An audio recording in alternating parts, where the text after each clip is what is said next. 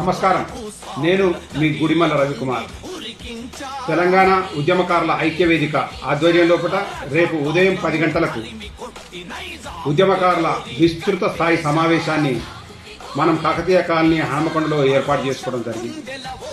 ఈ కార్యక్రమానికి ఉద్యమకారులందరూ కుల మత వర్గ వైషమ్యాలకు అతీతంగా, పార్టీలకు అతీతంగా తరలి రావాలని చెప్పేసి ఉమ్మడి జిల్లా ఉద్యమకారులకు అందరికి కూడా విజ్ఞప్తి చేస్తాము. ఉద్యమకారులు దాదాపుగా తొలి దశలో వేలాది మంది ఉద్యమకారులు పాల్గొన్నారు. మలి దశ లోపల లక్షలాది మంది ఉద్యమకారులు పాల్గొన్నారు.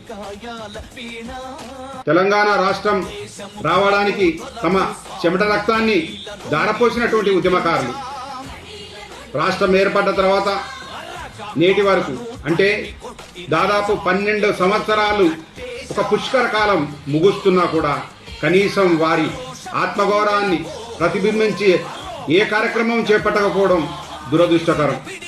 ఉద్యమకారుల ఆత్మగౌరవాన్ని కించపరిచే విధంగా కొనసాగుతున్నటువంటి విధానాన్ని మనం నిశితంగా గమనిస్తూనే ఉన్నాం.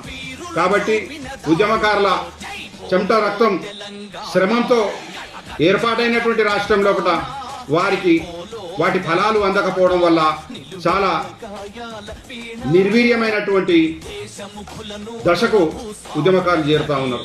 కాబట్టి ఉద్యమకారుల ఆత్మస్థైర్యాన్ని పెంచడానికి కోసానికి, ఆత్మగౌరవాన్ని ఇనుమడింపజేయడానికి కోసానికి, ఉద్యమకారుల కుటుంబాలను కాపాడుకోవడానికి కోసానికి ఈ ఉద్యమకారుల ఐక్యవేదిక ఏర్పడ్డదన్నటువంటి విషయాన్ని మీ అందరికి కూడా గుర్తు చేస్తాను.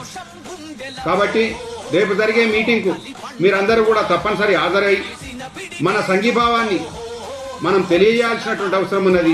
మన గళాన్ని మనం వినిపించాల్సినటువంటి అవసరం ఉన్నది. మన ఆకాంక్షను నివేదించాల్సినటువంటి అవసరం ఉన్నది.